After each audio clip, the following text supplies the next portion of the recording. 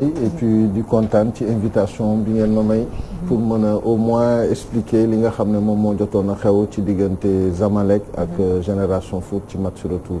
D'accord, c'est une façon de rappeler à Charles lan mooy actualité. voilà ñu bàyyi la nga waxtaan ak. daa yomba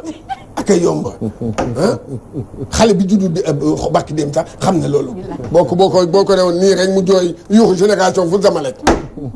il faut arrêter voilà Talla na nga def. maa ngi lay fay Cheikh Tidiane maa ngi sant yàlla bu baax. waaw maa ngi lay gërëm di lay sant ci nga accepter indil ñu am primeur bi. parce que bokkoon nga ci ñu nekkoon Caire fa coow li amoon. sama première question mooy lenn. Talla coow li bare na fii wax bi fii jàppal lan moo leen pousse ba ngeen bañ dem jouer ji à Alexandrie. waaw li ñu pousse bañ a dem jouer ji Alexandrie dafa leer parce que règlement moo ñu ko may règlement dafa ne ci convocation ngay voyager convocation bi dafa fixé jouru match bi muy le samedi 28 septembre à 20h au Caire ak stade bi ñu war a jouer donc ba pare ñu déterminer la ban type de gazon ngay fekk foofu ñu xamal ne leen ci convocation bi gazon naturel la wala gazon synthétique ba pare daal di la jox li nga xam ne moom moo lay mën a permettre nga xam ñan ñooy doon arbitre mooy kayit bi moom la ñëpp di jot équipe adverse qui recevoir arbitre yi comme commissaire de match lii mooy convocation CAF ñun ci lii lañ jàpp pour mën a def notre plan de vol ak sunu réservation d'hôtel parce que lii soo ko amulee mënuloo voyager donc convocation tey yow booy dem di déférer ji à une convocation dinañ la wax fan la ak ban heure la mooy tax nga mën a jóg daal di fa dem donc ñun nag ci loolu la ñu sukkandiku daal di jël sunu disposition yi ñu war a jël daal di def une mission avancée jël sunu responsable logistique mu daal di dem foofu ut hôtel ñu réserver ko pour le nombre de personnes bi nga xam ne moom moo war a voyager ba pare daal di jël plan de vol bi nga xam ne moom la ñuy utiliser daal di ko jox ki nga xam ne moom mooy fédération mu jox ko ministère des sports ñu transmettre ko waa CAF transmettre ko fédération égyptienne donc toutes les parties prenantes xam nañu ñun kañ la ñu waroon jóge Dakar kañ la ñuy egsi Caire kañ la ñu war a jóge Caire donc à partir de ce moment yow booy dem kañ ci loolu ngay demee bésu match bi am nga droit la veille nga dem utiliser terrain bi pour def un état des lieux xool terrain bi xool pelouse bi tâter ko et tout loolu règlement moo la ko may ñun nag li ñu règlement may rek la ñu appliqué benn convocation la ñu jot toutes les autorités compétentes xamoon nañu kañ la ñuy egsi Caire kañ lañ fay jógee waaye Talla règlement comme yéen da ngeen topp règlement. waaw. délocalisation match bi. tamit waa fédération égyptienne. daf ko teg ci maanaam réglementaire parce que dafa ne que problème de sécurité yow Talla yàgg nga nekk ci football. yàgg nga football. xam nga football te ñàkkul xam naa ne man gëm naa ne que xam nga règlement. mais problème de sécurité bu toogee loolu bu ngeen ko déggee seen xel xawul kii tuuti. xam nga lu tax munoo ànd ak ñoom ci problème de sécurité. waaw dëkk bu amee yëngu-yëngu ministère de l'intérieur ci dëkk yëpp ci àdduna. moom mooy def un rapport sécuritaire. loolu moo am ci àdduna yëpp c'est le seul ministère habilité à donner un rapport boo xam ne ñëpp ci la ñuy mën a sukkandiku. rapport boobu tey même les représentations diplomatiques dañ leen ko war a jox par rapport à leurs ressortissants ne leen lii moo am ci dëkk bi actuellement donc seen ay ressortissants wax leen ñu toog bañ a génn parce que dëkk bi dafa am yëngut mais ci courrier bi nga xam ne moom la Anthony Bafoué bind. Anthony Bafoué ci courrier musul wax benn yoon. pas une seule fois il n'a cité le règlement. il a juste évoqué un rapport sécuritaire d'une agence privée internationale. Il n'a jamais parlé d'autorités égyptiennes ñoo def benn rapport remettre ko CAF mais ci lettre moom mi ngi fii dafay wax ne benn agence privée internationale moom moo jox rapport CAF. Est-ce que agence internationale boobu lu toll ni CAF est-ce que CAF dafay sukkandiku ci agence internationale privée te du sukkandiku fi nga xam ne siège am foofu la nekk en Égypte nekk ci capitale bi au Caire quand même pour une instance aussi importante que la CAF elle va pas s'appuyer sur un rapport d'une agence privée internationale ak ku xam Égypte ni mu mel ci wàllu sécurité ci wàllu tourisme nga xam ne lépp lu muy am xam naa si dara de ci économie mi ngi koy jëlee ci tourisme xam nga ne kon kooku du caaxaane lu jëm ci wàllu sécurité donc à partir de ce moment ñun li ñu ko wax te bu mun nañ ci sore Anthony Bafoué li mu bind c'est juste une lettre d'information lii mooy convocation ci àdduna ci football lii mooy convocation turu arbitre bi turu commissaire u match bi fan lay amee ban stade la ak ban heure la ak ban type de gazon lii tant que amaatuñu woon leneen lu ko mën a remplacer munoo wax ne amaat na mën nga permettre nit mu dem délocaliser match. Anthony Bafoué il est allé même plus loin dans sa correspondance il demande à ce que Génération Foot fasse preuve de compréhension et de coopération. Ah bon? Donc pas une seule fois il ne fait une injonction où il ne donne l'ordre d'aller sur ce terrain-là. Les faits sont là et c'est la fédération sénégalaise même en appui par rapport à ce qu'on vivait ñoom ñoo yónnee correspondance bi ñoo ko yónnee waa CAF xamal leen ne et ku mel ni maître Augustin Senghor man dama wax ak moom balaa ñuy jël benn engagement benn initiative dañu wax ak moom mooy sunu kilifa de tutelle waaw ñu wax ko expliquer ko yónnee ko courrier bi ñoom it ñu jot ko lire ko daal di génne li règlement bi wax ñoom it ñu daal di tontu Anthony Bafoué xamal ko ne yow tu n'es pas habilité à pouvoir déprogrammer ni à délocaliser tu n'as ni le pouvoir ni les prérogatives tu n'es qu'un secrétaire général adjoint et même pas le titulaire adjoint chargé du développement du football la preuve bu ñu soree ci wax ji son supérieur hiérarchique bi coow li amee ba sore ba gis ne ñii dañu insister toog ci seen camp ci seen position c'est le secrétaire général adjoint qui est monté au créneau waaw voilà pour xamal leen ne yéen a ngi waxu sécurité alors que dëkk bi yéen a ngi fiy organiser ay match pendant toute la semaine ba samedi 28 septembre bi ngeen di wax am na ay match yu am au Caire donc à partir de ce moment tu peux plus parler d'insécurité ci dëkk mënuloo di organiser ay match toute la semaine et le secrétaire général dafa insister ñun on avait cité que 2 matchs qui sont produits au Caire lui il est allé plus loin jeudi amoon na match foofu et il l'a cité dans sa correspondance bi mu envoyé fédération égyptienne ne leen dama bëgg a am ay leeral ci li ngeen di wax ci insécurité ba pare ngeen di organiser ay match xam nga ñun binduñu ñu ko ñun ba léegi waxuñu lu tax demu leen ñun li ñuy règlement bi wax rek la ñu def pour nga mën a déprogrammer ak délocaliser dafay fekk ngeen déggoo ci yéen ñaari club yi ba pare te dafa am un délai prescrit boo xam ne dañ ko war a respecter su fekkee ne loolu amul CAF dina jël matuwaay yi ci wër yépp pour mën a reprogrammer match bi te loolu dafa am une commission voilà foofu laa doon ñëwee commission interclub xam nga coow li yëpp taala coow li yëpp yaa ngi wax mais am na commission bi nga xam ne moo habilité man ba léegi yow sa communication léegi yow ba léegi ba heure bii ñu toog nii commission interclub boobu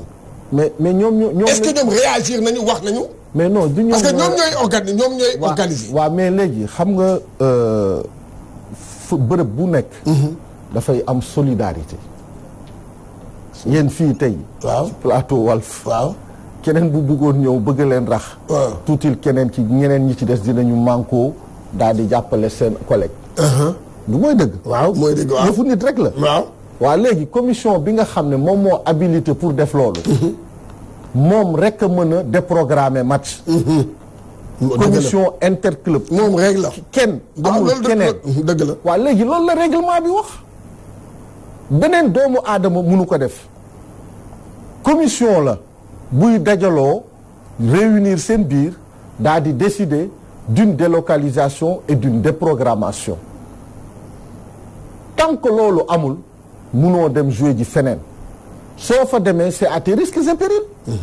parce que loolu la règlement bi wax. waaw mais règlement bi dafa wax ni tamit foofu laay règlement bi dafa ne. dafa am dafa njëkk ci troisième kii bi. xam dafa njëkk a wax ne comme yow li nga wax. mooy 14 jours bi respecté. def ngeen ko. mu ñëwaat ba ci biir mu ne buñ koy délocaliser il faut que ñaari parties juboo loolu la règlement bi wax. bu dee nag juboowuñu nag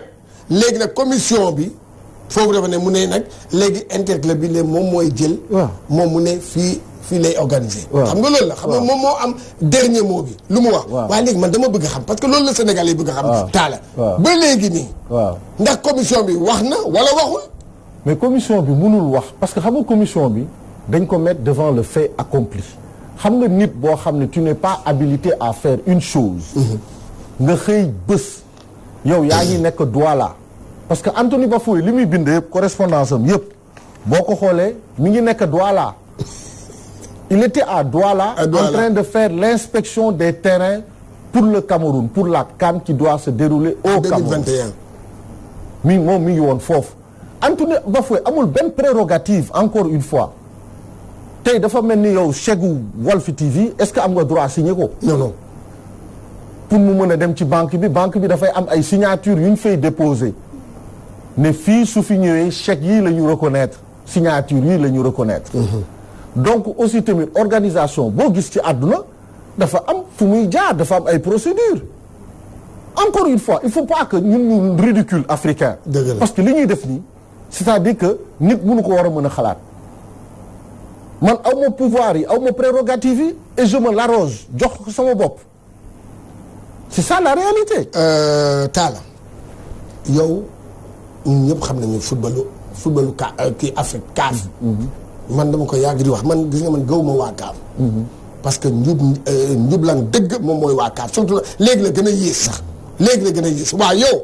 yéen ngeen xam loolu xam ne que ñii yow xam nga bu baax paysage maanaam booy def kiiwu football africain fu mu nekk nii après le départ de Hayatou. tey jii yow da ngay xool tey Ahmad mooy président. mais Talla xam ngeen ne bu baax naar yi. je cite le Maroc. en premier je cite l'Égypte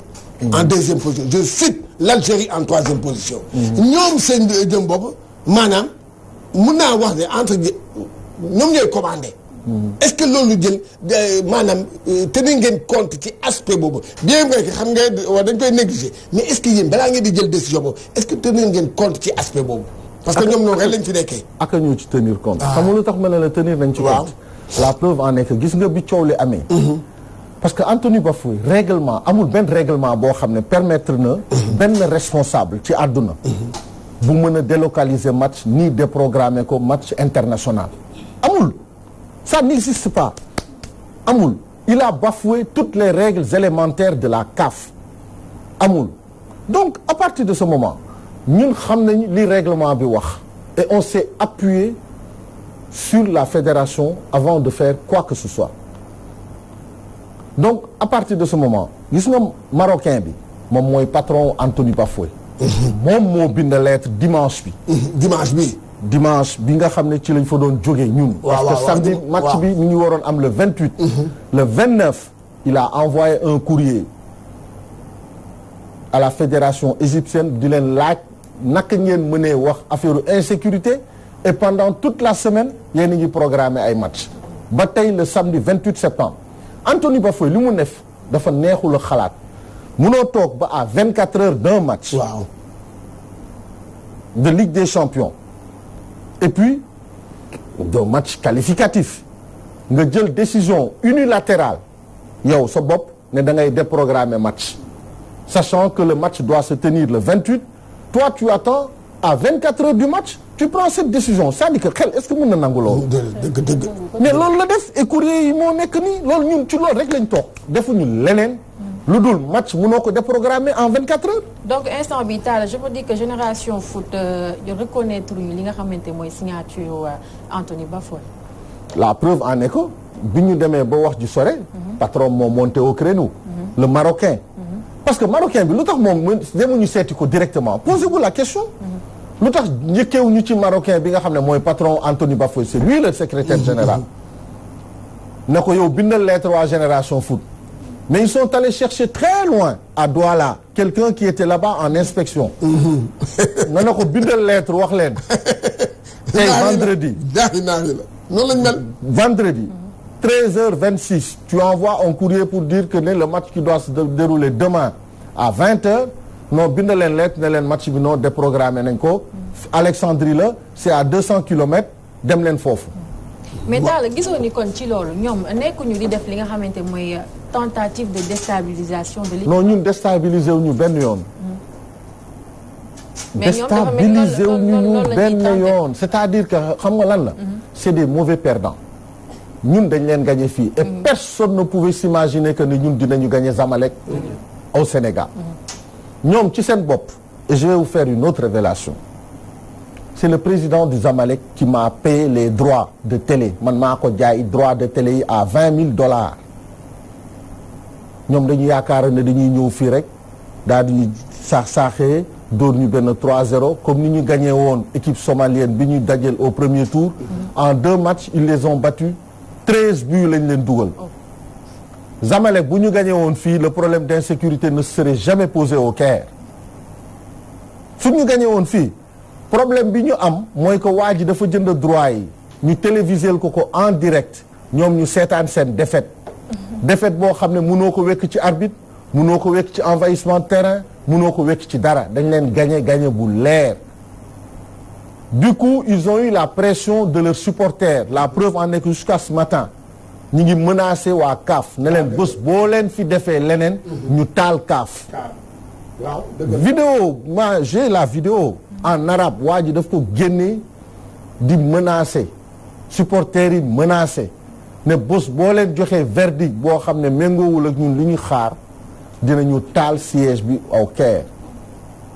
donc boole ci ak li waa ji jot a wax yëpp ci toute la semaine sortie yi mu def xas ay Augustin Fatma Samoura nee na Madi président Nasser El Khalafi moom moo koy jox xaalis pour mu corrompre arbitre yi wàccee nañ ko ci avion keroog bi muy dem yóbbu ko ci police bi pendant 30 minutes di ko jéem a intimider man au moment où je devais rentrer waa ñu woo ma naan ma mais est-ce que da ngeen di ñibbi ma leen mais lu tax du ñibbi lan lañ fi def dimanche la ñu waroon ñibbi par rapport à la question wax nga ko tout à l'heure bi ngay débuté nga ni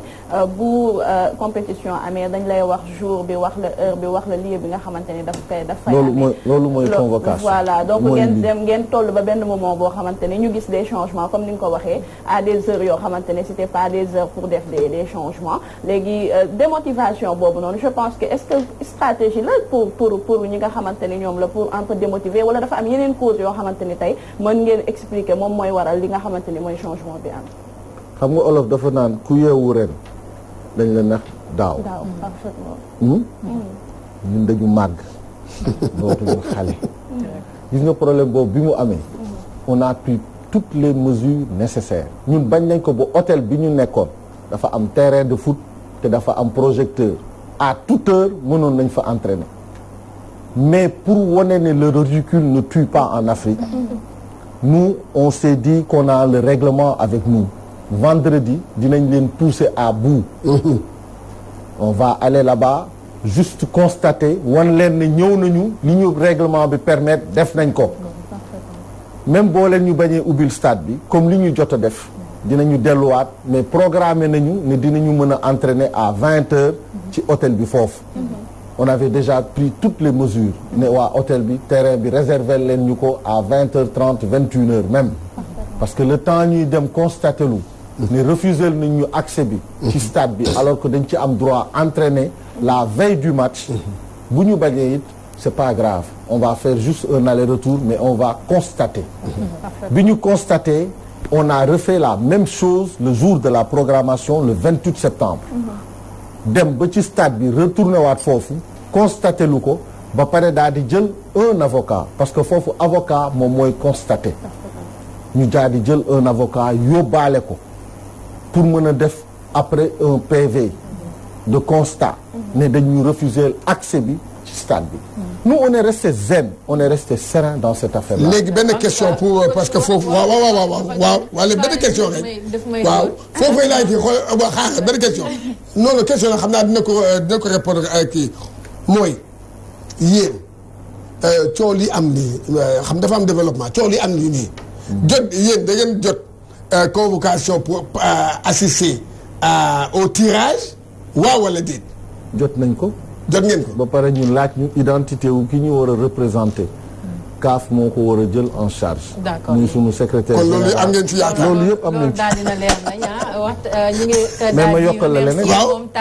ñu ngi commencé négocier de. ñoom ñu ngi négocier. daal ñu ngi lay remercier bu baax. merci beaucoup et espérons que problème bi dina daal di réglé wu léegi nii Cheikh Diallo Gomis aussi ñu ngi koy daal di remercier di nuyu Adama Ndaw Damas Ndeye Mariam Ndiaye madame Kane Mintou Gueye Bawa Traoré ak Abdoulaye Kar sama doomu baay. di ko joxo ak sama yaay.